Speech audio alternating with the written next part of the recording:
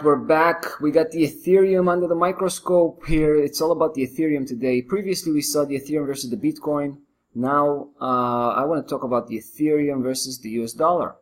Now you remember a few days ago we were here. I was pretty impressed with the fact that price was able to break the top resistance and key level of that big system, 172.94.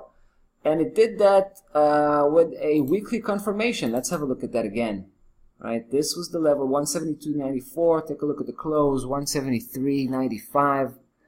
And you know what? Even looking at this week, we can see something quite unique, right? Price was actually starting on the downside, but as you can see, bounced back up. And now it's basing itself back above that 172.94. Suggesting that that key level resistance was officially broken. Now I would like to have a monthly confirmation on this one before I can fully determine that this was a genuine breakout. However, let's have a look at the daily action again, because here we see something quite interesting. Take a look at yesterday.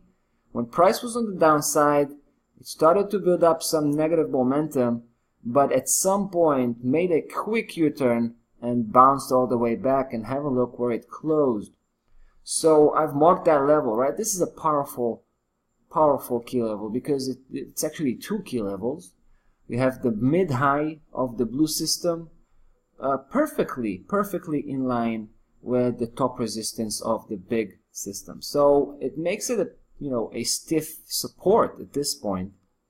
However, I do believe that from the short-term perspective, price may actually be cheeky enough and make it all the way to the lower section, touch base, maybe even touch base with the 200-day moving average, take the previous low, possibly even engage with the mid-high key level, 150.68, before it quickly comes back and generate the next upside leg, right? Because up until now, we can clearly count two legs.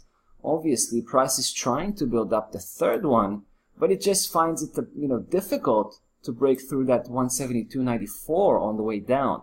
It was a strong resistance. Now we can see it is a strong support.